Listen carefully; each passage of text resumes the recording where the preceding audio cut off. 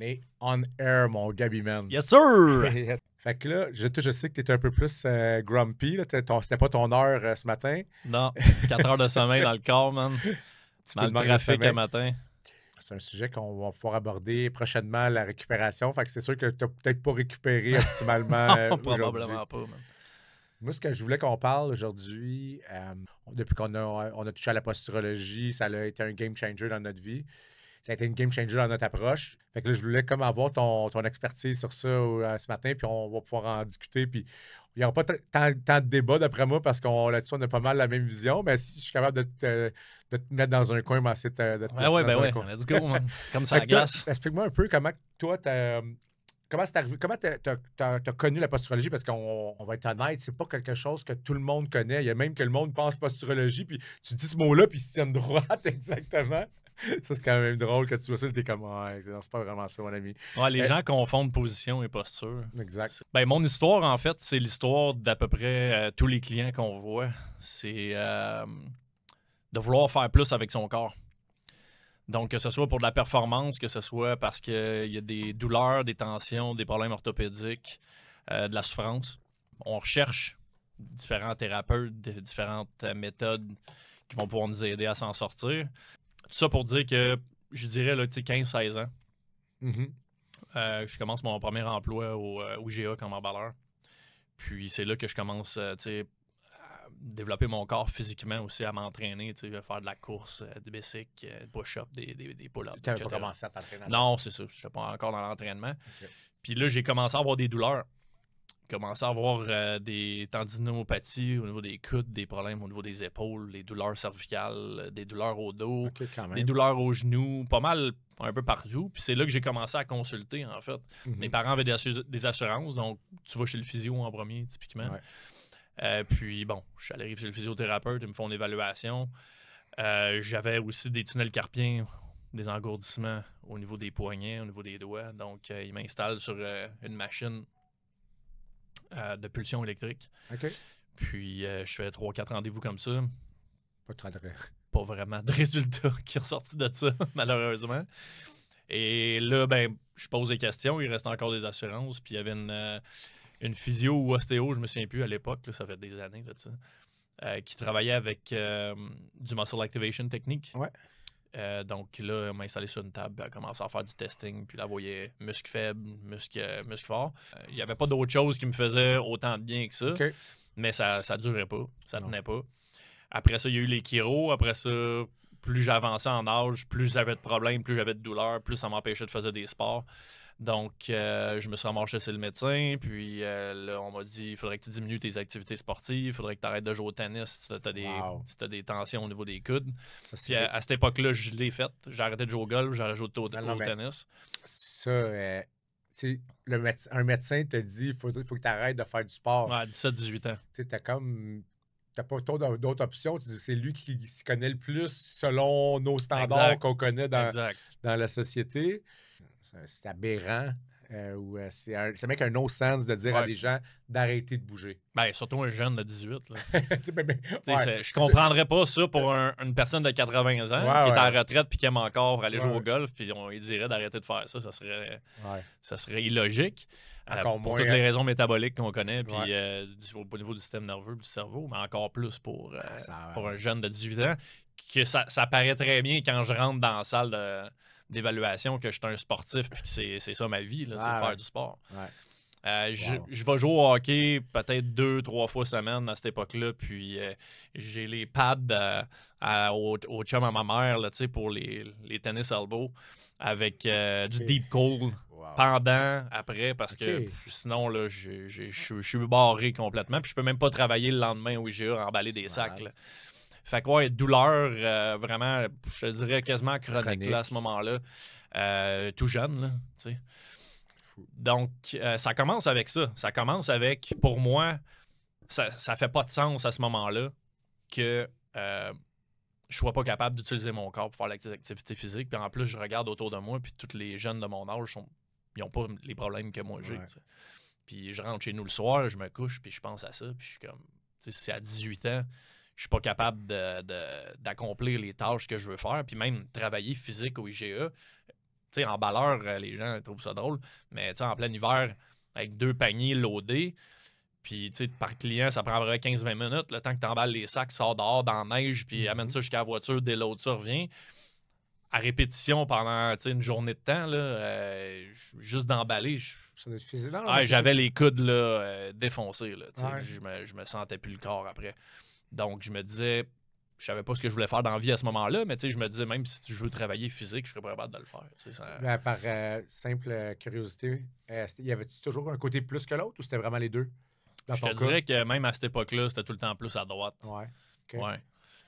Ça commençait à droite, puis là, finalement... Ben, probablement, j'avais des compensations, puis c'est à gauche, parce que je suis droitier, donc évidemment... Tu utilisais plus la droite. J'utilisais plus la droite pour faire les emballages. Quand j'arrivais à faire des sports, tennis, golf, ben, c'est le côté droit qui était plus sollicité, exact. Puis là, la gauche est arrivée sûrement à cause de l'emballage que tu servais des 2 bras aussi. Exact. J'avais vraiment mal partout dans le corps. Puis je prenais aucun médicament. J'étais vraiment anti-médicament. Fait que là, j'avais 2-3 rendez-vous chez le chiro. J'avais fait une évaluation, le fameux scan chez le chiro. Puis là, il m'avait dit, bon, ben, tes vertèbres cervicales, ta courbure, tes vertèbres sont affaissées, puis tu as une dégénérescence, tu as une colonne, finalement, de quelqu'un qui est très avancé en âge, puis qui a beaucoup de dommages, dans le fond. Fait que là, moi, ce que je vois, c'est éventuellement avec le médecin puis les radios, ben là, on voit que, dans le futur, tu vas avoir probablement une fusion de vertèbres, puis ça augure pas bien. C'est genre, dans ce temps-là, mettons, à cette époque-là, quand on disait ça, tu pensais comment? Tu dis, je suis fini? Tu étais dépressif? J'ai sombré pour... je pensais pas parler de ça aujourd'hui, mais j'ai sombré dans une période de la vie que... Je te dirais que l'alcool, c'était... Tu sais, en plus, c'était l'âge, là. On sort avec les chums, mais je sortais jeudi, vendredi, samedi, dimanche. J'étais au cégep, puis ça y allait par là. C'était le party tout le temps, mais à quelque part, c'est parce que... Tu t'évadais. Je noyais un peu ça. Ben oui, parce que, écoute, je me souviens à 15, 16, 17, 18, 19, arriver à la maison, puis me coucher dans mon lit, puis embrailler, là. Parce que moi c'était le sport. C'était que ça, tout le temps. Je me levais le matin, puis c'est quelle activité physique qu'on va aller faire. Je suis sûr que dans notre auditoire, il y a des gens qui doivent avoir vécu ça. Là. C'est sûr. C'est sûr, parce que quand tu veux faire du sport, mais ton corps t'en empêche, c'est quasiment la pire affaire. Là. Absolument. Tu veux, tu as comme cette passion-là. Tu veux, mais le pire dans tout ça, c'est que je savais que tu l'avais eu rough, mais je pensais pas que c'était aussi pire que ça. On n'avait jamais discuté en profondeur de même. Je savais que tu avais eu de la difficulté avec ton corps plus jeune. Ceux qui le voient aujourd'hui s'entraîner, parce que je me suis entraîné une couple de fois avec, on penserait pas qu'il a vécu par ça. On penserait pas qu'il était sur le bord d'être invalide. Là. Fait que là, j'ai hâte de voir la suite. C'est ça qui est cool, dans le fond, dans l'histoire, c'est que, on peut le dire tout de suite, c'est qu'à 16 ans, aujourd'hui j'ai 38, puis je suis dans la meilleure condition physique de ma vie à 38 ans. Nice. Puis même si je m'entraîne plus logiquement, mettons, depuis 26, quand je suis sorti de l'université. Fait que, bon, tout ça m'amène à... J'étais au cégep. J'ai plusieurs curriculums que j'essaie. Je sais pas encore ce que je veux faire, mais je tombe sur comment on appelle ça? Un orienteur au cégep. Puis il me parle de la kinésiologie. Je dis, moi, ma passion, c'est le sport. Il me parle, il y a un truc nouveau, c'est soit profil enseignant ou profil, tu peux être kinésiologue. Je regarde ce que ça implique comme cours, etc. Puis je suis comme, OK, ça me parle.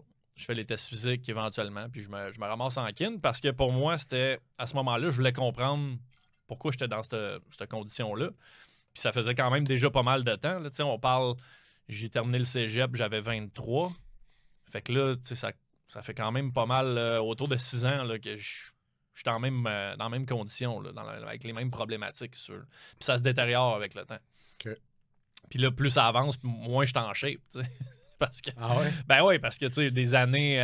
je bouge moins. Ben, je bouge moins, je fais moins de sport, j'étudie pas mal, mais même à l'école, tu sais, c'est pas évident parce que je sors pas mal, puis bon, l'alcool à travers ça. Il faut que tu focuses le lendemain, mais ton cerveau, il est pas optimal. Exact.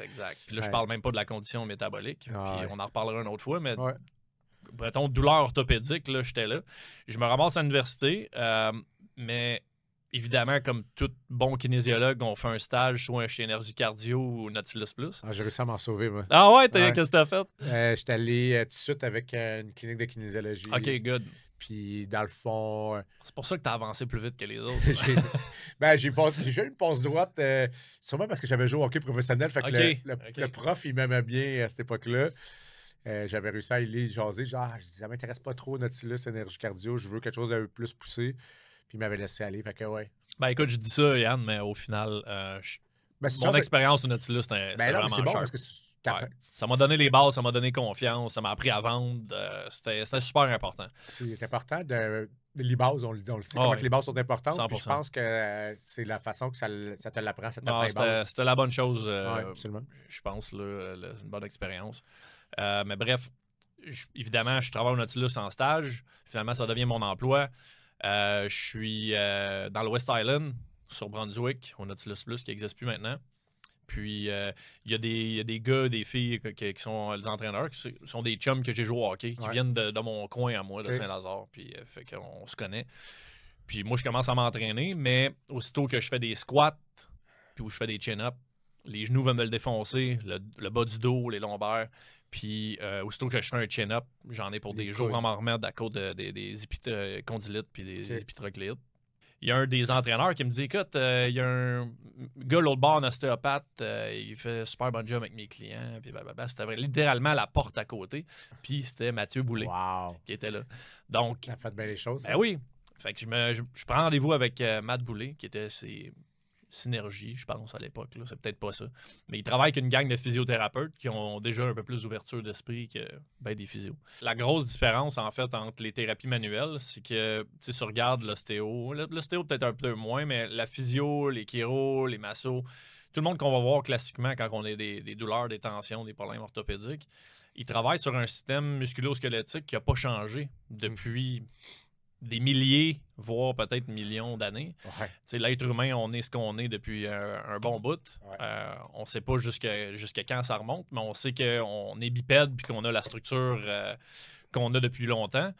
Tandis que, un coup que tu as appris tous les muscles, les insertions, puis que tu sais quel muscle, quelle fonction, ça va être la même affaire dans 50 ans. Puis c'était la même chose il y a 150 ans, quand les livres là-dessus ont été écrits. Par contre, la neuroscience, à chaque jour, on apprend quelque chose de nouveau. Donc, c'est une science qui est en développement. Et la posturologie, c'est basé sur de la neuroscience. Exact. La même chose qu'avec la neurologie fonctionnelle, puis les autres approches de neurodéveloppementales qu'on utilise dans notre pratique. Donc, pour moi, ça a une grande portée parce que ça veut dire que ce que tu utilises comme technique ou ce que tu en comprends aujourd'hui, tu le sais que l'année prochaine, tu vas avoir quelque chose de différent, tu vas avoir de nouveaux outils. Puis ça, c'est... Moi, ça me conforte énormément parce que c'est un peu comme l'entraînement.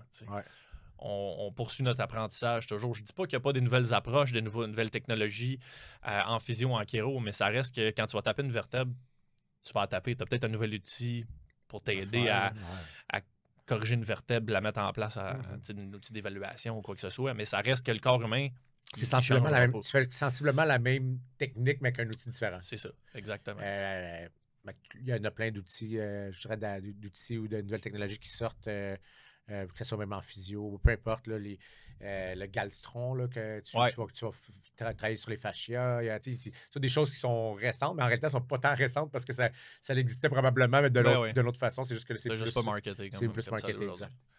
La neuroscience, on est toujours en développement de. On peut toujours améliorer, on peut toujours continuer à upgrader. Parce que dans le fond, ça t'améliore toujours ton cerveau. En même temps, moi, je l'explique souvent comme ça. C'est que c'est le cerveau qui dirige tout. Mais on dirait qu'on l'oublie qu'il est en haut.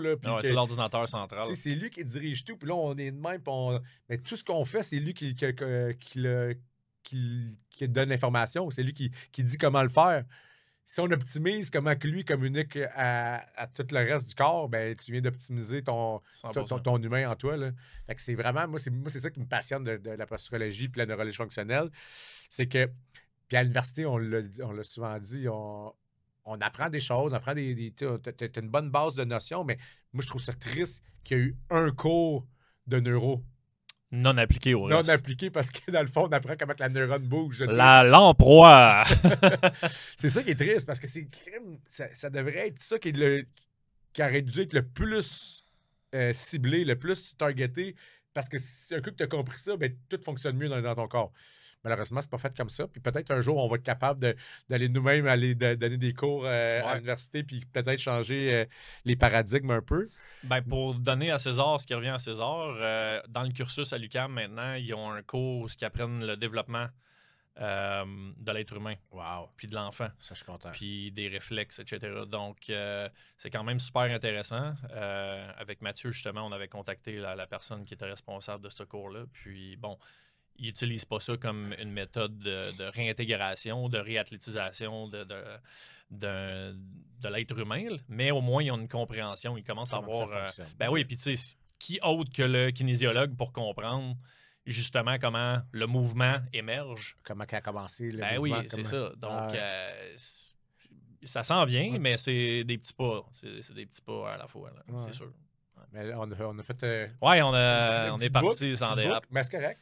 Mais là, je veux que tu. Là, tu rencontres Matt Boulay. Oui, c'est ça, je suis rendu là. Je rencontre Matt Boulay. Premier rendez-vous, il fait du muscle activation technique avec moi parce qu'il était formé là-dedans.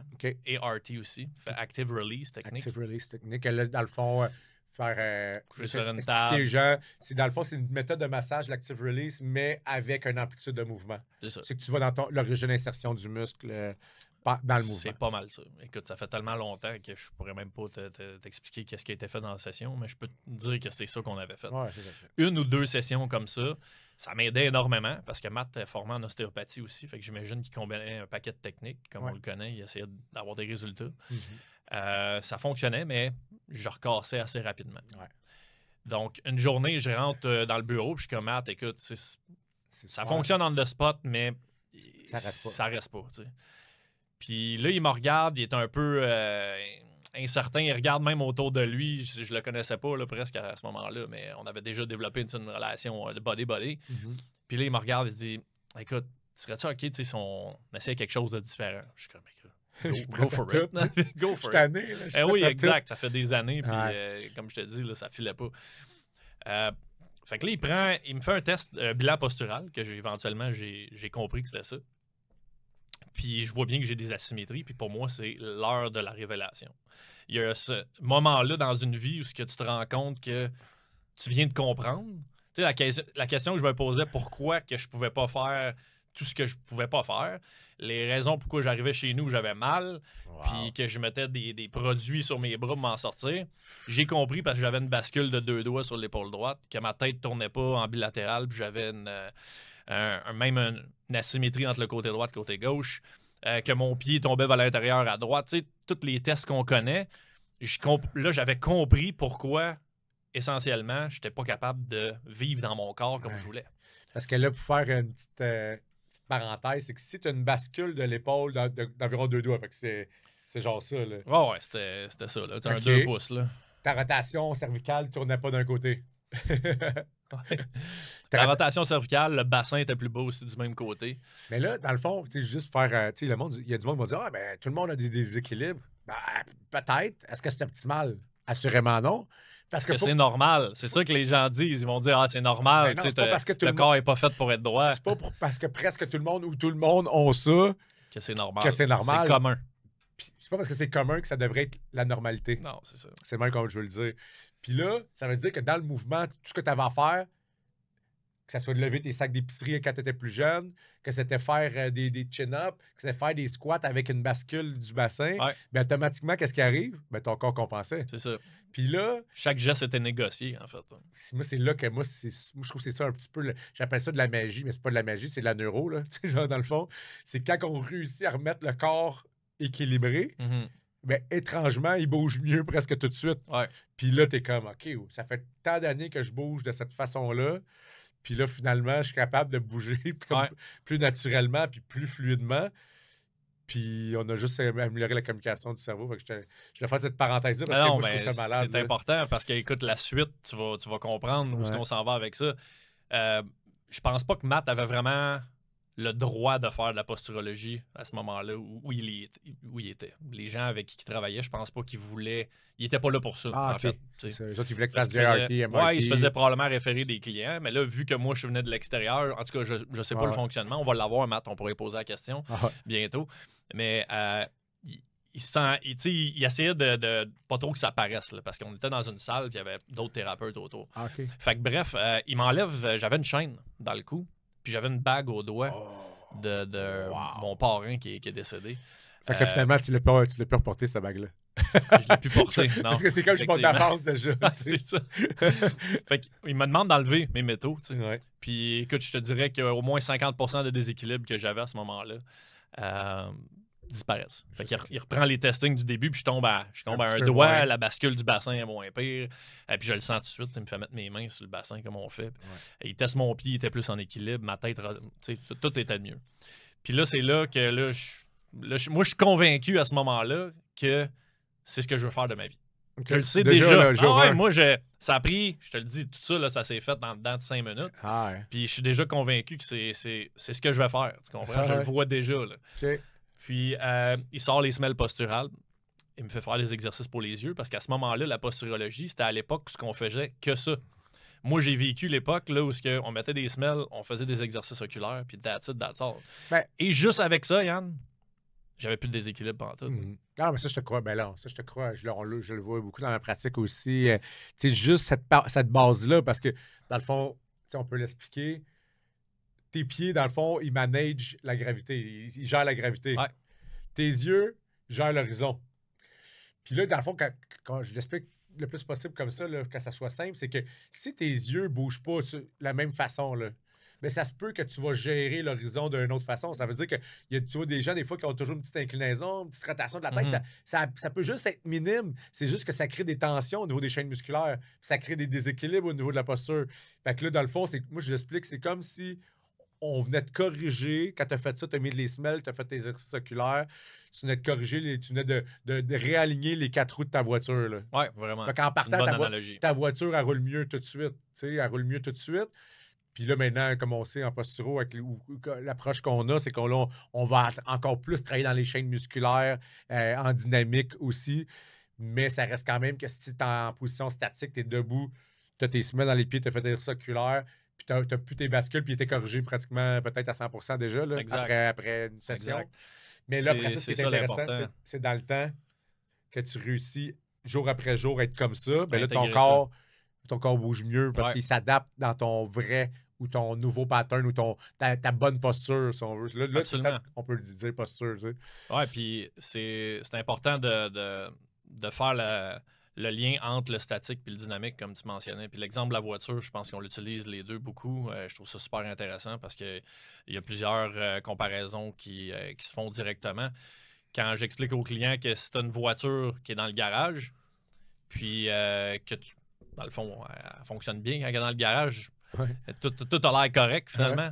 Mais si tu fais venir quelqu'un qui est responsable d'évaluer l'alignement de ta voiture dans ton garage, puis tu n'as pas sorti ton véhicule, c'est une voiture mettons une voiture de collection. Ben, la personne qui est formée à évaluer l'alignement de ta voiture, il va trouver probablement des déséquilibres sur ta voiture. Puis toi, tu ne le sauras pas parce que là, tu ne l'as pas utilisé. Tu n'es pas allé sur la route avec. Puis si tu es allé à la route, peut-être tu vas dans des petites routes de campagne à 50, 60 km/h parce que c'est une voiture de collection, tu ne roules pas ça à 120 sur l'autoroute pour aller à Québec. T'sais. Donc, tu ne fais pas ressortir les déséquilibres de cette voiture-là. Et puis là, après ça, tu t'en vas au dépanneur, puis le petit shaking que tu avais dans le volant, ben là, tu ne l'as plus. Tu te rends compte qu'il y avait ce petit shaking-là, puis ça tirait un peu à droite. Puis là, plus que ça, tu t'en vas à Québec, finalement, parce qu'il y a une exposition de vieilles voitures. Puis il faut que tu roules quand même à au moins 100 km/h sur l'autoroute. Puis là, tu te rends compte que même après la correction, ben, il y a des petits trucs qui sont pas optimales sur ton véhicule, qui font en sorte qu'elle tire d'un côté ou plus que l'autre. Parce que finalement, probablement que les pneus que tu as utilisés pendant 5, 6, 7, 8, 10 ans, parce que tu fais pas beaucoup de kilométrage, se sont usés asymétriquement à cause que l'équilibre du véhicule n'était pas correct. C'est en poussant ce véhicule-là un petit peu plus que d'habitude que tu fais ressortir ce déséquilibre-là. Et là, le lien avec le corps humain, tu sais, quelqu'un qui reste assis toute la journée sur son steak puis qui fait pas grand-chose, C'est drôle, ces gens-là, vers 40, 50, 60 ans, on leur découvre un hernie discale, où ils commencent à avoir des engourdissements d'un poignet à travailler sur l'ordinateur. Parce que finalement, s'ils auraient poussé leur corps comme moi à 16, 18 ans, ils auraient peut-être fait ressortir ces déséquilibres-là. Mais ils ressortent juste à un moment où le corps est plus capable de compenser le système qui est saturé de compensation. Exact. Puis dans le fond, si on voit une analogie là-dessus, si on fait une analogie, un athlète que lui pousse son corps au maximum. Mais oui. Fait que lui, souvent, ça va sortir plus tôt. Et puis, il va avoir... moi, je dis souvent ça de même, là, vraiment, je le vulgarise au maximum, c'est que son corps va péter quelque part. Ouais. Puis là, pourquoi? Mais c'est normal, t'as poussé, t'as sprinté à ton maximum. Tout le temps, le profil d'activité qui est la cause. Hein. T'as sprinté ton maximum, ton ischio-jambier, il a claqué, peu importe c'est quoi, c'est toujours... La cause, c'est parce que tu as poussé, mais l'être humain, à l'origine, il est supposé être capable de sauter, courir, nager, name it, sans se blesser. Là. Ouais. C'est une machine faite pour explorer tous les mécanismes de performance inimaginables. Je dis pas, surtout en plus, tu es un athlète entraîné. Moi, je dis souvent, une blessure, puis je veux que le monde le comprenne, une blessure qui est arrivée sans un contact, sans un coup à la tête, un coup...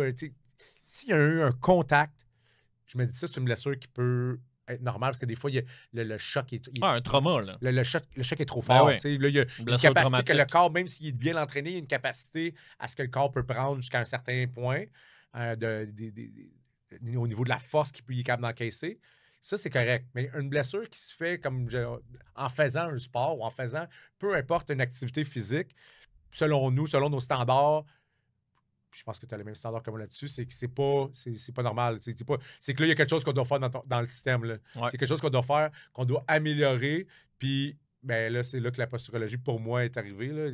Je raconterai une autre fois mon histoire à moi de comment c'est arrivé. Mais je pense que faut que les gens comprennent ça. Ouais. Faut que les gens comprennent ça parce qu'il y en a trop de monde qui disent j'ai mal à cette jambe-là. C'est normal, là, je suis rendu... j'ai fait du sport toute ma vie, je suis rendu à 35 ans. Mais quoi, c'est normal? C'est pas normal que tu aies mal plus à une jambe que l'autre. Ou, moi, j'avais vu un genre de... C'est pas une bande dessinée, là, mais c'était comme un post sur les réseaux sociaux. Puis c'était comme... c'est une vieille madame qui s'en va voir sa thérapeute.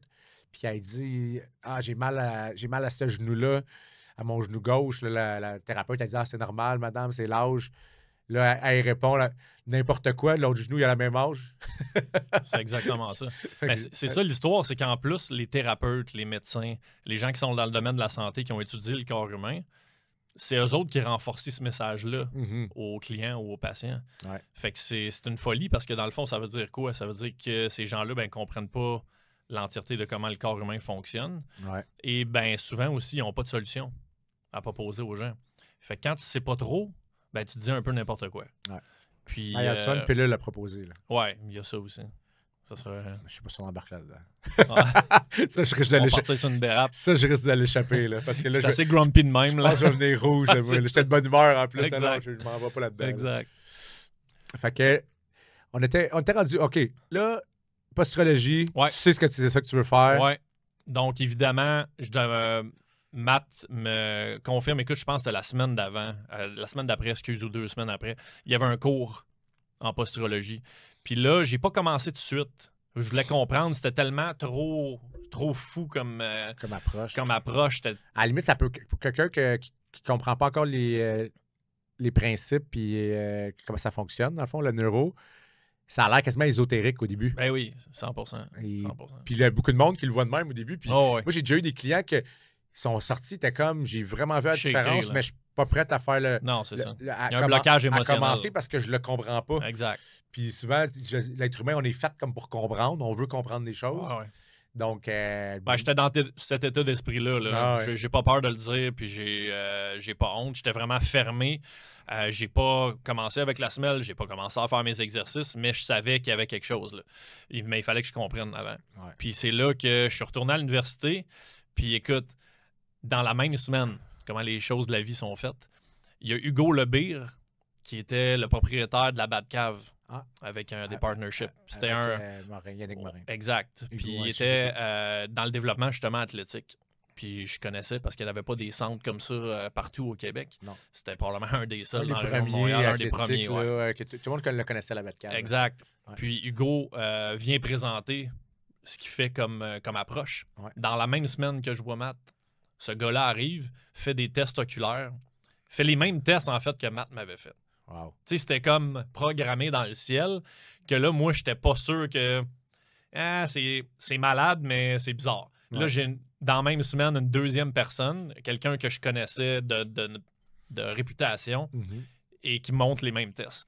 Là, j'ai parlé à tout le monde de ça dans mon cours. On avait une gang d'à peu près 15 personnes qu'on se tenait ensemble. Puis je leur ai dit, écoute, il y a un cours dans 2 semaines, ça vous intéresse? Tout le monde avait été jeté à terre un peu par les résultats de...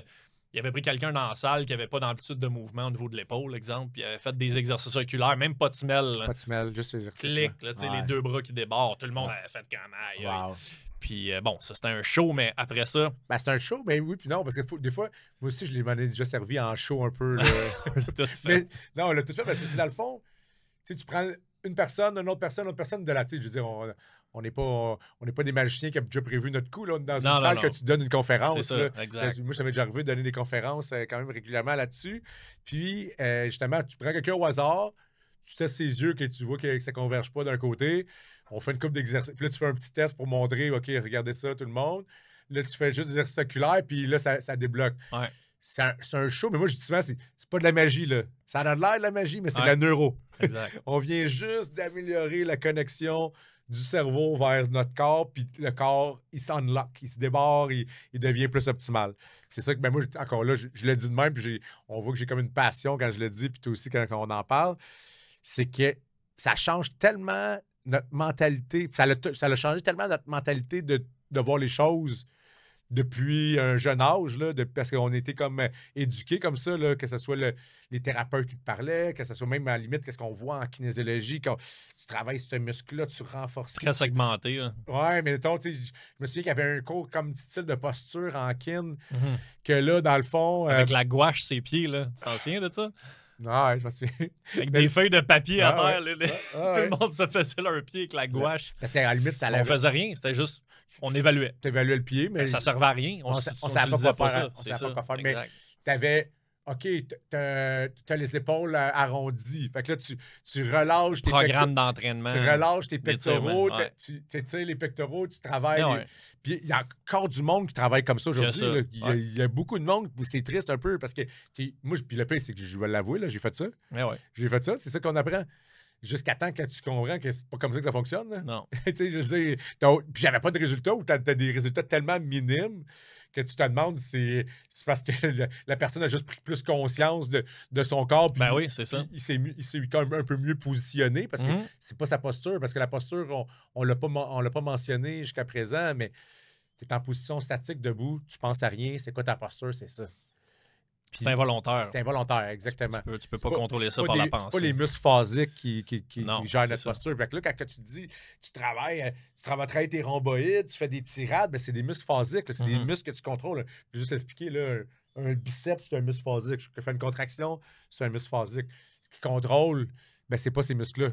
Puis là, moi, je les appelle les muscles involontaires. C'est pas en réalité, le vrai muscle involontaire, c'est comme le cœur, etc. Mais je dis quand même, c'est tes muscles involontaires que tu peux pas contracter. Tu peux pas contracter un longissimus. Là. Tu peux pas dire contracte ton longissimus. Essaye ça. Là, Et on essaye tellement de le faire. Le travail des muscles profonds. Il y a peut-être Wim Hof qui est capable parce qu'il est assez trop conscient dans son nom conscient. Peut-être qu'un jour, on va être capable avec toutes ces questions. Bon, je l'échappe un peu, puis on te ramène. Let's go, mon Gab. T'étais rendu. Bon, Hugo Lebire. Exact. On se ramasse. Après le cours, j'explique aux gens que je suis allé me faire évaluer par Mathieu Boulay, puis il m'a proposé de nous inviter à la formation. Donc là, on se ramasse, je pense, 6-7 kinésiologues dans le cours, puis il y avait peut-être 15 personnes. Fait que la moitié de la salle, c'est notre gang de l'UQAM. Wow. Puis, on a fait le cours avec Dr. Bernard Bricot, qui est devenu un de mes mentors, évidemment. Donc, ça a été... Le parcours vers la posturologie s'est fait là. Et puis, quand j'ai compris une chance que j'avais un peu de background neurosciences, honnêtement, de l'université, parce que c'était très, très, surtout expliqué par Bernard, qui est un docteur. Là, ouais, qui est un docteur, puis qui enseigne à des ostéopathes, puis qui était très protocolaire dans ses façons d'enseigner. Même si c'est un personnage haut en couleur, donc la formation comme telle est incroyable, mais les diapositives puis la densité de neuro qu'il y a dans les cours, c'était un autre niveau que qu'est-ce que c'est la posturologie aujourd'hui enseignée de façon plus vulgarisée que Matt enseigne avec les CIS. Donc c'est ça, je fais mes cours et immédiatement, je commence avec ma petite mallette bleue à tester. Moi, grise, moi. Ouais, j'avais la vieille mallette bleue, je l'ai encore d'ailleurs. Tout le monde au Nautilus Plus qui sont clients avec moi passe par une évaluation posturale. Ouais. Et à peu près, je te dirais, 50% d'entre eux font de la posturologie, donc les semelles, les exercices oculaires, puis je vois des résultats instantanés, eux autres aussi. Et même plus que ça, je rencontre Matt, qui me suivait en posturo à peu près aux 3-4 semaines à ce moment-là, et je vois les résultats sur moi, flagrants. Grosse amélioration dans la salle d'entraînement, dans les sports. Et je lui propose de l'amener au restaurant. Je veux lui parler. Okay. Fait que là, on arrive au resto, puis je mentionne, Matt, j'aimerais ça te parler de quelque chose. Moi, la posturo, c'est ce que je veux faire. Puis tu sais, Matt, à ce moment-là, je le connais pas. Là. Je savais pas que lui aussi, il démarrait quand même là-dedans. Ça faisait pas longtemps. Il avait fait ses cours, je sais pas combien de fois, pour bien comprendre le truc. Matt, pour ceux qui ne connaissent pas, vous allez avoir la chance de le voir. On va avoir la chance de l'avoir dans notre podcast. Yes. Mais c'est... moi, je dis souvent, c'était comme un brain. Il faut qu'il comprenne. Puis, il va vraiment en profondeur dans la compréhension. Puis, je pense qu'il a déjà raconté là, qu'il a fait la formation, je ne sais pas combien de fois, avant de commencer à pratiquer. Puis, ben, juste avant de comprendre. Ça, c'est Matt. Parce qu'il faut qu'il comprenne le pourquoi du pourquoi avant de se lancer. Puis, ben, c'est tout à son honneur aussi. Là. Donc, il est encore... Et quand je le rencontre au restaurant, il me dit qu'il part de la clinique pour ouvrir sa pratique dans un centre privé où probablement il y aura plus de latitude pour pratiquer la posturologie. Donc là, moi, je lui propose, est-ce que tu serais correct une journée dans la semaine, la journée que tu es libre, je viens avec mes clients, puis je veux apprendre comment toi tu pratiques la posturologie. Parce que le cours comme tel, le niveau 1 que j'avais fait, c'était tellement dense au niveau de la neuro. Oui, il y a la partie pratique, mais de dire comment faire un bilan puis comment exécuter ça au quotidien, j'étais comme, wow, OK, ça va me prendre plus. Il va falloir que je me fasse former à utiliser ces techniques-là. Puis je voulais comprendre vraiment d'A à Z. Puis je sentais vraiment que Matt, c'était la personne, la bonne personne pour me guider à travers ça. Donc, écoute, pendant, je veux dire, au moins 2 ans. Au moins 2 ans. Oui, je pratiquais la posturologie à mon centre. Fait que je faisais l'évaluation numéro 1. Mais par la suite, on allait voir Mathieu pour faire le bilan complet. Le samedi matin. Fait qu'on se réservait genre de 8 à midi. C'est cool, ça. Ouais, puis je faisais déjà 70 heures semaine au Nautilus Plus à ce moment-là. Le samedi matin, je me levais, on allait là, puis j'y bookais des clients à Matt. La façon que ça fonctionnait, c'était simple. Matt, il prenait la charge de la session, puis moi, après ça, je m'occupais de vendre la semelle à mon client pour s'assurer qu'on bâtisse le protocole de base. Okay. Donc, ça a été ça, le début. Et par la suite, ben, j'ai complété ma formation en posturologie, les 4 niveaux à ce moment-là. Et on a fait la formation avancée. On a découvert les patrons moteurs. On a ajouté de la neurofonctionnelle là-dedans et de la neurodéveloppementale. Et ça fait la pratique qu'on connaît aujourd'hui, qui jumelle exercice réflexe, patron moteur, en parenthèse, là, réflexe. La posturo classique, donc 80% de la job qui est les entrées sensorielles. Faire un petit, comme pas le choix d'en parler, faire une petite parenthèse. Je n'aurais pas dit parenthèse. Hein? Faire une parenthèse. Non, mais mettons, quand tu dis réflexe, là, juste pour qu'on parle le même langage, là, pas le réflexe que je prends un marteau et je te frappe sur le genou. Là. Ben, c'est un réflexe aussi. Ouais.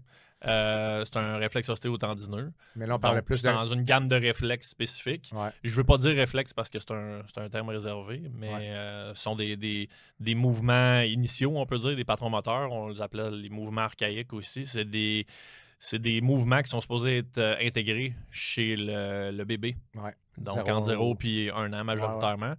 C'est des stades de développement. Aujourd'hui, on sait qu'il y a des différentes étapes. Je te pose la question pour moi. Là, ben non, mais il faut que les gens comprennent. Le Babinski, il est aussi dans le 0-1 an? Oui, le réflexe, pas le réflexe, mais le mouvement au niveau plantaire. Ouais. Donc, les séquences de développement au niveau du pied. Il faut que, en fait, c'est pas mal les premiers mouvements qu'on va intégrer chez l'enfant. Ce qu'on teste dans les hôpitaux, qu'on appelle le réflexe de Babinski. Avec un crayon en dessous du pied, là? Ouais, c'est ça, ou le marteau réflexe que les médecins vont utiliser. C'est pour voir si, évidemment, le système nerveux est bien connecté avec le corps chez le nourrisson. Ils vont tester également le Moro, qui est la connexion avec les extenseurs. Fait que pour les gens qui ont eu des enfants, c'est lorsque le bébé se met à pleurer dès la sortie du ventre de la mère. L'infirmière ou le docteur va prendre l'enfant, puis quand il se met à respirer et à pleurer, ça veut dire que là, il a connecté la première fois avec les chaînes extenseurs. Parce qu'évidemment, dans le ventre de la mère, on est en flexion. Fait que sur, je me souviens bien, 72 mouvements initiaux, on en teste 2. Et si ces 2 mouvements initiaux-là sont répertoriés comme étant positifs, c'est-à-dire qu'ils émergent devant nous, on considère le système comme étant complètement intégré.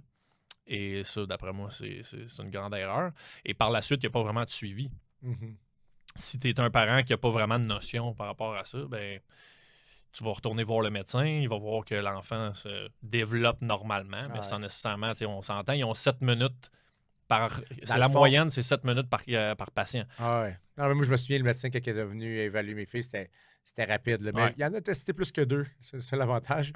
Mais je surveillais... surtout avec ma plus jeune, que j'avais toutes ces notions-là là, à ce moment-là.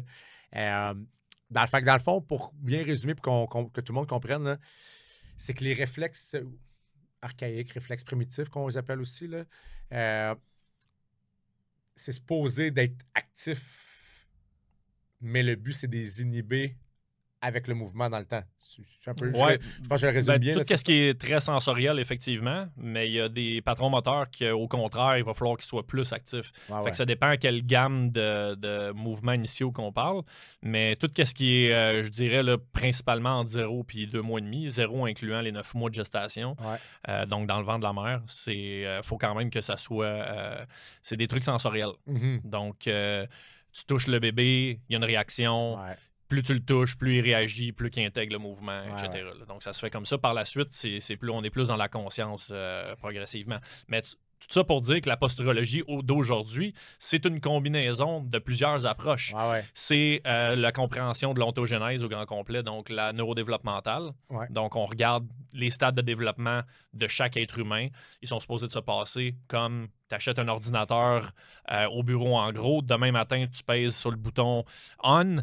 Puis qu'est-ce qui va se passer? C'est que tu laisses ton ordinateur intégrer les programmes dedans. Tu n'as même pas besoin d'intervenir à part peser sur OK et t'assurer que le déroulement se fait bien. C'est ça, dans le fond, le développement de l'être humain. C'est le parent qui conçoit un fœtus. On en a parlé dans l'autre podcast. Tu veux intervenir le moins possible parce que tous les programmes moteurs sont déjà structurés. Ils sont déjà là. Sont mémorisés dans l'ADN, sont génétiquement encodés. Il faut laisser aller. Il faut superviser comme parent. C'est ça. Superviser, ça veut dire quoi? C'est même pas de dire « Ah, faut pas que mon enfant se fasse mal ou se plante ou il arrive un accident. » Au contraire, il faut qu'il y en ait, mais il faut que ces accidents-là soient supervisés pour pas qu'il y ait de gros accidents. Exactement. Mais l'apprentissage, c'est ça. À l'époque, tu en as parlé la dernière fois, mais on partait en vélo. Puis ça m'est arrivé de me la péter souvent. Mes parents n'étaient pas là pour tout le temps me sécuriser. Il fallait que j'apprenne par moi-même. Non, mais moi, je suis parent, là. Puis le pire, c'est que moi, je le sais, j'ai conscience de ces choses-là, mais en tant que parent, des fois, tu veux comme pas le voir. Tu sais, moi, mes filles font de la gymnastique, ils font des culbutes, ils font ci, ils font ça. C'est pas la tête, là, je veux même pas regarder parce que t'as comme peur. Ben oui, c'est sûr. Fait que là, j'aime mieux les laisser faire puis pas trop regarder. Je suis pas loin, mais je vois pas parce que chaque fois, je suis comme... Puis là, l'erreur que tu veux pas faire en tant que parent, c'est justement les empêcher de faire ça. Ou leur envoyer un message de peur. Fait qu'exemple, t'as le classique. Fais attention à ça. T'as l'enfant qui est en train de ramper au sol pour les premières fois. Il s'approche de l'escalier. Là, le père ou la mère vont « Non, fais pas ça! » Puis là, tu vas venir prendre l'enfant. Puis là, juste la réaction, dans le fond, qui est beaucoup trop grande, en fait. L'enfant va prendre ça, puis il va avoir peur des escaliers pour une longue période de temps. Puis juste ça peut altérer le développement. Absolument. Fait que l'idée, c'est que tu t'approches de l'enfant qui est proche des escaliers, tu le supervises. Puis tu le laisses faire qu'est-ce qu'il y a à faire. Je vais faire une autre parenthèse. Si c'est arrivé, tu sais, mettons, je veux juste que les parents comprennent, c'est que si tu as fait ça, ben, c'est pas trop grave, là, ben, je dis, c'est pas la fin du monde. T'as scrappé ton enfant. Non, mais c'est pas trop grave parce que tu le savais pas. En voulant dire, je dis, tu peux pas te taper dessus, tu le savais pas. L'avantage qu'on a... La culpabilité, hein? Ouais. Ça fait mal. Ouais. Ça reste longtemps aussi. Mais l'avantage qu'on a avec les connaissances qu'on a, puis les notions qu'on a, puis on l'a vu en pratique, c'est que on peut encore travailler là-dessus, même si, même rendu adulte. Est-ce que le best des best, c'est que tout se fasse pendant que tu es enfant? Oui. Mais sinon, on peut quand même travailler là-dessus plus tard, puis réintégrer ces patrons-là, réintégrer ces patrons-là. Puis ce qu'on fait, c'est quand même c'est basique. On revient avec des mouvements qu'on faisait dans notre 0-1 an. C'est là qu'on l'intègre dans des exercices. Puis c'est là que je trouve que je dirais la magie opère. C'est que tu as comme l'impression que tu fais comme rien. En réalité, tu fais rien. C'est pas si dur à faire. C'est pas supposé être des tâches qui sont dures à faire. C'est pas des tâches, mais tu reconnectes encore mieux ton cerveau. Tu reconnectes parce que dans le fond, c'est un peu ça. Dans le neurodéveloppemental, c'est des connexions qui se créent dans le mouvement. Tu réussis à faire ces connexions-là de ton cerveau. On rebâtit des connexions. Exact. Que ce soit pour améliorer un geste sportif ou dans le cas de gens qui ont des douleurs, des tensions, des problèmes orthopédiques, c'est vraiment de connecter avec les muscles pour créer finalement un chemin neurologique qui va permettre de diminuer ces tensions-là ou les douleurs ou les problèmes orthopédiques eux-mêmes qui sont reliés à les déficits d'asymétrie posturale qu'on parlait tantôt. Donc, l'enjeu, c'est ça. C'est intéressant parce que ce que tu dis par rapport à des gestes qui ont l'air à la limite très basiques, en travaillant avec des athlètes, tu te rends compte, j'ai une autre portion de ma carrière, plutôt ma carrière quand j'étais au Nautilus, comme je mentionnais tantôt, c'était plutôt des gens de la population générale, puis c'était souvent des gens qui avaient beaucoup de douleurs, beaucoup de problèmes orthopédiques. Puis quand tu leur demandes de faire ces petits gestes-là, tu te rends compte, on commence très bas dans la hiérarchie des exercices, des trucs très simples, puis on a de la misère avec. Mais là, tu t'en vas avec le top, les élites de la population. Fait que, tu sais, un gars midget 3A ou une personne qui joue junior majeur, des gars pros qui jouent en Europe, qui jouent dans la Ligue nationale, qui jouent en AHL. Puis tu te rends compte qu'ils ont les mêmes problèmes que ces gens dans la population générale. Là. Je dis souvent que les athlètes, si tu t'es rendu à ce niveau-là, généralement, c'est parce que tu es un expert compensateur. Ouais, un hyper compensateur. Un expert. Mais l'affaire qui arrive, c'est que tu n'es pas optimisé pareil. C'est pas parce que tu es bon pour compenser puis tu as développé d'autres habiletés que tu es optimal. Puis là, c'est là que des fois, puis ça, c'est vraiment de l'esprit, puis c'est ça notre job, là, quand on travaille avec un sportif de ce niveau-là, un athlète de ce niveau-là, c'est de faire comprendre que si on réintègre encore mieux les bases, sky's the limit où on peut l'amener. Ouais. Puis là, c'est là que moi, je trouve que c'est là que je trouve l'importance d'intégrer la posturo. Mettons, pour être super honnête, là, si je pouvais, là, si c'est quelque chose... C'est de la bullshit avant? Non. Mais non, mais en voulant dire, si je pouvais, là, si c'était légal de faire ça, j'obligerais tous mes athlètes. Puis à la limite, j'obligerais tout le monde. Non, mais il y a un moyen légal de le faire. En fait, c'est assez facile. J'ai assez que le fusil, ça marchait pas. C'est ça. Pas chargé, évidemment. je mettais même pas de balles, je roulais comme si... Non, mais on fait des blagues. Mais c'est sûr que quand que je réussis, puis surtout, quand même, ils sont assez jeunes, fait qu'ils n'ont pas encore compensé en fou. Leur corps n'a pas encore compensé. Plus que tu mets d'années dans la compensation, plus que tu mets d'entraînement dans ta compensation, mais plus que je trouve que le niveau de performance, on le limite. Puis le risque de blessure, on l'augmente. Plus que je commence jeune, plus que je vois les résultats à la limite, que je prends la même personne, qui a fait le même plan d'entraînement, qui est au même niveau. Ça va plus vite. Ça va plus vite. C'est plus efficace. C'est ça qui fout un peu là-dedans. C'est qu'on intègre. Tu t'entraînes pas plus fort. Là, tu t'entraînes comme l'autre. À la limite, même l'autre, il veut peut-être plus, mais il n'a pas les mêmes résultats. Parce que justement, tu as intégré les bases. Ton système il est équilibré. Tu as plus accès à tout ton corps. Puis, là, tu es le meilleur exemple dans ce cas-là. Là, je veux dire, avec ton background que tu nous as donné tantôt, pour le vrai, je pensais pas que c'était aussi lourd, là, comme je l'ai dit tantôt. Oui, puis je peux ajouter aussi, Yann, ce qui est sharp, parce qu'on parle de la performance à ce moment-là. Je ne l'ai pas mentionné, mais je t'ai dit que j'avais commencé à jouer au hockey-ball. C'était pas mal mon sport, là, parce que sur la glace, j'avais fait des commotions cérébrales. Puis, étant donné que probablement que mes yeux ne convergeaient pas, j'avais un peu de misère à calculer les distances, le timing. Ce que je me rappelle de cette époque-là, j'avais peur sur la glace. Là, j'avais fait des grosses commotions cérébrales. Je me suis fait pincer dans le centre de la glace. Fait que là, dans le fond, toi, tu es évalué dessus que les commotions cérébrales, parce que tu te faisais pincer, parce que tu étais moins capable de gérer la vitesse puis les distances? Ben écoute, la première Ou commotion... les commotions ont empiré le tout? Ouais, je pense que c'est plus ça, mais la première commotion a fait en sorte que probablement j'ai compensé encore plus que d'habitude, puis ça m'a amené à faire plusieurs d'autres commotions par la suite. Mais la première, c'était vraiment un accident. Après ça, est-ce que je l'aurais évité si j'aurais été recalibré à ce moment-là? Je le sais pas. Ce que je vois... en tout cas, encore là, c'est très pratique. Là, je veux dire, c'est ce que je vois sur le terrain, mais il faudrait aller vraiment pousser plus loin dans la recherche. Là. Moi, ce que je vois avec les commotions, c'est que si, au départ, mettons que tes yeux ne convergeaient pas optimalement, quand tu as une commotion, ça vient pire. C'est comme t'empires ton système. C'est déjà là, mais tu t'empires tous tes déséquilibres, tes empires. Si ton vestibulaire n'était pas super, tu t'empires ton vestibulaire. Si ton équilibre unipodal n'était pas super, tu t'empires. Fait que c'est comme si t'empires tous tes systèmes avec la commotion. C'est comme si tu downgrades vraiment. Ouais. Mais généralement, moi, ce que j'ai vu à date, là, puis qu'encore là, j'ai hâte j'aimerais pousser encore plus loin cette recherche-là, c'est que les déséquilibres étaient déjà là. Ah, ben oui, on fait juste l'empirer. Ah, 100%, 100%. Puis là, dans le fond, quelqu'un qui...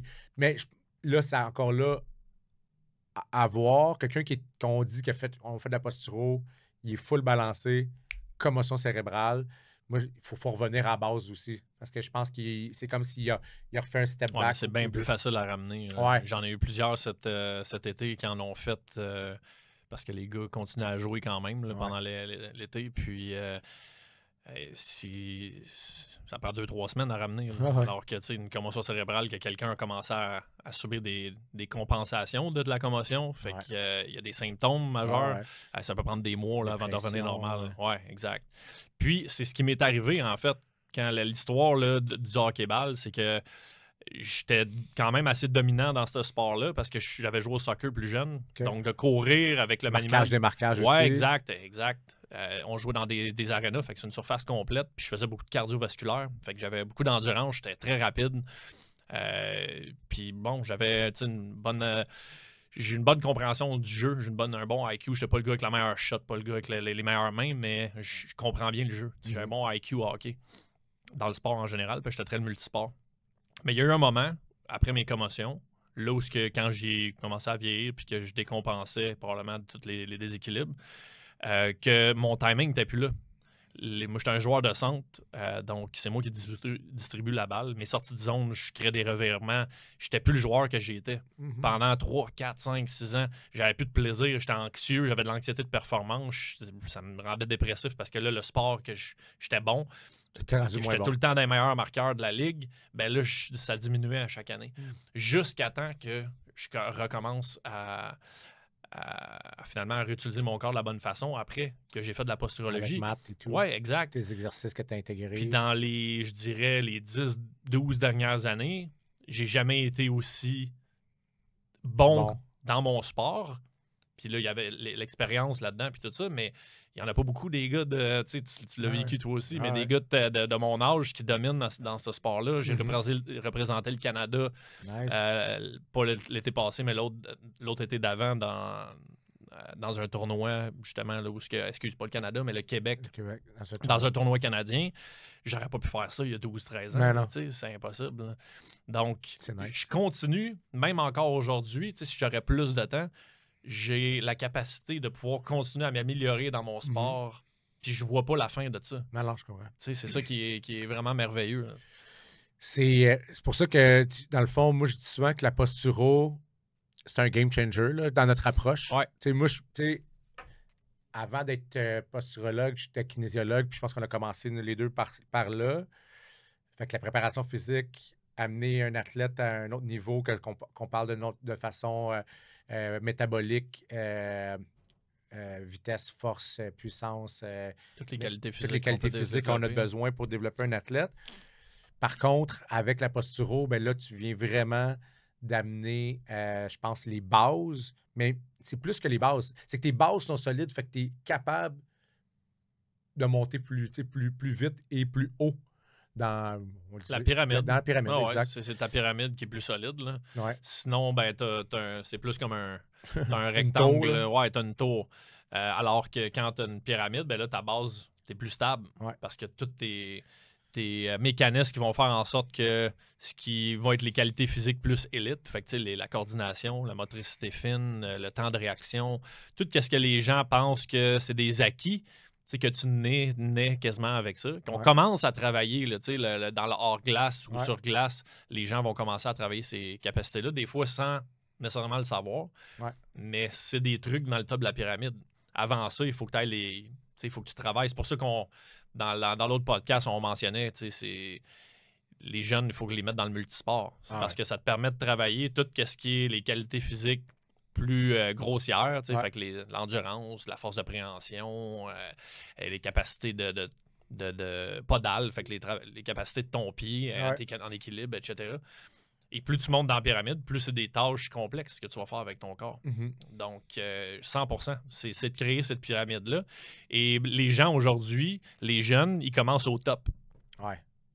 Ils veulent faire tout ce qui est vraiment dur à faire. Ah ouais, ils veulent faire les trucs que Crosby, McDavid et Connor Bedard font dans leurs vidéos. Ils veulent travailler des trucs de main, mais ils n'ont même pas encore les... La coordination même pas là encore. C'est ça. Leur tactile n'est pas développé à la 100%. Au niveau des mains, à mon centre, présentement, j'ai acheté, je n'en avais parlé, je pense, que j'ai acheté des lunettes stroboscopiques. Ouais.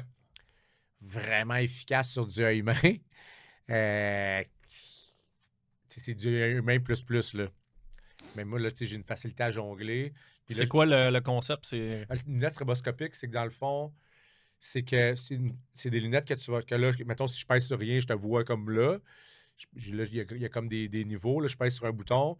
Puis là, c'est que tu vois pas, tu vois pas. Comme un stroboscope. Ça, même principe. Fait que là, tu vas travailler le but, c'est de travailler des skills de œil humain dans le sport. Souvent, ce qui est payé le plus... Les athlètes qui sont payés le plus cher, c'est ceux qui ont une coordination humaine plus développée. Le corps arrière au football, le receveur de passe qui l'attrape d'une main, le Sidney Crosby qui score des buts au vol comme facilement. Le gardien de but qui arrête les pucks. Le gardien de but qui arrête toutes les rondelles. La coordination humaine est super importante. Par contre, moi, ce que j'explique, c'est que les lunettes stroboscopiques, là, c'est super hot, là, mais c'est un niveau plus avancé. Si tu ne maîtrises pas la base, puis c'est pour ça que je dis à mes jeunes, parce que là, mes jeunes trouvent ça hot, hey, je veux les utiliser. Non, mais tes deux yeux... T'es pas rendu là, il faut que tes yeux convergent. Fait que là, c'est pour ça que je dis, il faut que tu aies un suivant posturaux, il faut que tes yeux ils bougent comme il faut avant. Après ça, on va intégrer du œil humain avec des yeux qui bougent comme il faut. Puis là, après ça, on va se rendre à un autre niveau. Mais tu sais, c'est comme si il y a un système avec ça, c'est une pyramide. Il y a un système qu'on veut se rendre là, mais il faut que ça soit bien contrôlé. Puis c'est ça la beauté de notre approche en posturo.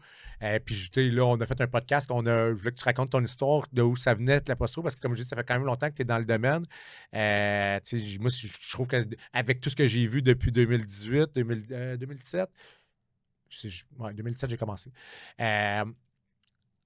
C'est fou parce que j'ai le bagage que j'ai depuis ce temps-là, mais tu as commencé avant ça. Fait que c'est pour ça que je voulais vraiment que tu fasses. Tu racontes ton histoire de où ça venait. Là, comme j'ai dit, j'ai resté flabbergasté, comme on dit, que je pensais pas que tu étais aussi magané. Te connaissant aujourd'hui, m'être entraîné avec toi, il y a eu du progrès qui s'est fait sur ce corps-là. Un peu. Je ne sais pas si tu voulais donner un mot de la fin, parce que comme j'ai dit, c'est un sujet qu'on va aborder de plusieurs angles éventuellement, parce qu'on on a parlé de la posturologie en gros. C'est un sujet, le cerveau, comment il connecte, et on pourrait faire 500 podcasts juste sur ce sujet-là. Et on va le faire. Puis on va le faire, oui, c'est ça. Fait que, c'était-tu un mot comme écoute, je vais sauter un peu sur ce que tu disais, puis je pense que je vais pouvoir rapper ça de façon efficace. Les outils qui existent dans le domaine pour travailler tout ce qui est la neuroscience appliquée, et qu'il y en a beaucoup, tu parles des lunettes stroboscopiques. Il y a, moi, j'utilisais le NeuroTracker à l'époque, on l'utilise encore. Ouais. Tous les outils de vision training, les applications qu'il y a en ligne, tu travailles tout le top de la pyramide avec ça. Ouais. C'est tous des outils pour travailler ce que les vrais pros qui ont fait le travail de la base travaillent maintenant, mais lorsqu'ils sont rendus élites. Mm-hmm. Certains d'entre eux ne l'ont même pas travaillé ce base-là à 100%, mais ils sont rendus dans le sport élite, donc ils n'ont pas le choix. Mais si tu es un bantam simple lettre, même si tu es double lettre ou triple lettre puis tu joues dans le meilleur niveau, il faut que tu ailles chercher ce travail-là de la fondation. Mm-hmm. Il faut que tu équilibres ton corps comme l'analogie qu'on donnait avec la voiture. Parce que, ultimement, si tu veux être un athlète élite, tu vas être une voiture qu'on va emmener sur une piste de course puis qu'on va pousser au max.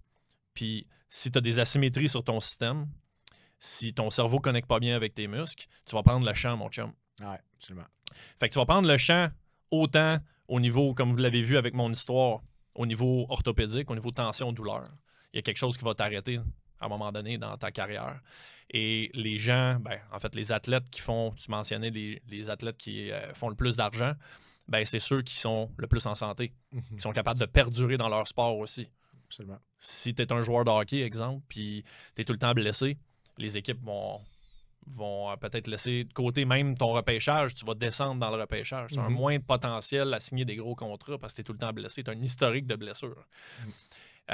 Après ça, ça va affecter ta qualité dans ton sport. Donc, tu n'es pas à ton plein potentiel parce que tu vis tout le temps sur une carte de crédit empruntée. Ouais.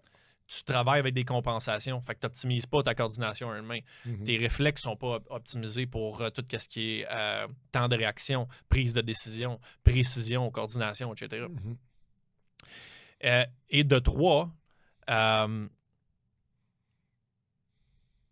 ouais, c'est ça. Donc, si tu ne te brises pas, si tu n'es pas affecté dans ta performance, au final, qu'est-ce qui va arriver? Je me souviens plus, je m'en allais avec ça partout. J'avais un beau wrap-up. Ouais, en tout cas, brièvement, soit que tu prends le champ avec ton véhicule de la piste de course, ou soit que tu n'atteins pas la performance optimale. Ouais. C'est l'un ou l'autre. Tu es supposé, tu veux finir premier, mais finalement, tu finis tout le temps dans le bas de l'échelon de ta course. Tu n'es pas l'athlète ultime. Il y a des athlètes, puis là, on avait parlé un peu de peut-être génétique, il y a un petit pourcentage, etc. Il y a des athlètes qui ne sont pas ultimes, mais qui réussissent à performer pareil, puis qui réussissent à atteindre les plus hauts niveaux. C'était comme déjà fait dans eux, que leur corps était fait pour ça, soit leur size, soit mais je me dis toujours, cet athlète-là, qui est peut-être un joueur marginal dans peu importe le sport qu'il fait, peut-être que si on avait réussi à le rendre ultime, ça aurait été une vedette. Ouais. C'est là qu'il faut comprendre. Il s'est bien débrouillé, il a rendu les rangs professionnels. C'est ça. Oui, mais il aurait pu. On aurait pu faire plus. On aurait pu faire mieux. Puis... Ouais, parce que t'as des gars qui sont prédisposés. Il y a un joueur que j'ai en tête présentement, puis on en a déjà parlé les deux, c'est Jonathan Drouin. Ce qu'il faisait junior, puis dans ses premières années, c'était outstanding, qu'est-ce qu'il faisait avec une rondelle, puis son patin, puis son changement de direction, puis c'était outstanding. Le contrôle de rondelle, les prises de décision. Puis là, il y a eu une commotion cérébrale. Puis, tu sais, nous autres, on en a parlé parce qu'on a fait le constat. Il n'a plus jamais été le même joueur par la suite. Il n'a plus jamais été le même joueur. Oui, il y a des flashs ici et là, mais il n'a plus jamais été le même joueur. Puis là, c'est là que la beauté de l'histoire, c'est qu'est-ce que... Puis on le saura pas, là, à moins qu'ils viennent ici. Puis on va demander à Paul. On commence à travailler avec tout de suite. Est-ce qu'on se remet à faire vraiment de la posturo pure, revenir ses bases, travailler ses yeux, qu'on fasse tout, là? Est-ce qu'on est capable de le ramener à un niveau? Moi, j'en suis convaincu. Je pense que oui aussi. C'est pour ça que j'aimerais ça. Puis c'est pour ça que dans mes athlètes, je veux intégrer ces concepts-là à tout le monde. C'est pour ça que je dis, si je pouvais, j'obligerais tout le monde. Si je pouvais, j'obligerais tout le monde. C'est un peu ça. J'obligerais mes athlètes à le faire parce que je le sais où est-ce qu'ils peuvent se rendre grâce à ça. Puis je pense que c'est pour ça que c'est devenu une de nos passions. On va faire le wrap-up de cette façon-là. C'est rendu une de nos passions parce qu'on a vu trop de changements bénéfiques. Oui, exact. Nous, on est plugués ces résultats. Exact. Depuis moi, c'est ça qui nous intéresse. C'est pour ça qu'on est tout le temps dans la nouvelle formation, puis le continuous education, puis qu'on aime la technologie qui nous amène des résultats plus rapides. C'est pour ça qu'on veut transmettre notre savoir, avec le podcast. Exact. Puis 2, avec qu'est-ce qui s'en vient, là, notre institut de formation qu'on passe sous peu. Je pense que ça va... Parce qu'on veut redonner aux suivants, on veut donner aux préparateurs physiques qui veulent avoir des résultats, qui veulent avoir des changements. Mais on veut leur donner ces connaissances-là. Puis à la limite, on va clairement donner nos connaissances. Là. Ouais. On le donne. 100%. Ce qu'on veut mettre dans cette formation-là, dans cet institut-là, c'est que c'est comme un tout inclus. Que c'est un clé en main que si tu appliques ça, tu vas avoir des résultats. Puis là, nous autres, dans le développement, notre vision, c'est dans le développement des athlètes au Québec, puis à la limite après ça au Canada, puis après ça au monde. Ouais. C'est qu'on amène des athlètes à un niveau supérieur, puis c'est vraiment le plein potentiel de ce qu'on peut faire. Absolument. Mais en conclusion, je pense que les gens peuvent retirer qu'une évaluation posturale avec un posturologue, ça devrait être fait non seulement pour chaque athlète, mais chaque personne sur la planète. Ouais. Un peu comme un rendez-vous chez le dentiste. Exact. Donc après ça ne veut pas dire que tu vas faire de la posturologie, mais au moins te faire évaluer puis comprendre que tu vis avec des tensions qui sont reliées à des déséquilibres sur ton système, puis que c'est le cerveau qui contrôle ça. Ouais. Je pense que chacun d'entre nous devrait faire ça. Nice. Hey, merci Gab, c'était super bon. Bien content d'avoir connu ton histoire. J'espère que le monde qui se voit là-dedans va pouvoir dire OK, il y a quelque chose à faire avec ce que tu as vécu. Là. Super. Hey, merci. Thank you, mon Joe. Yes, sir.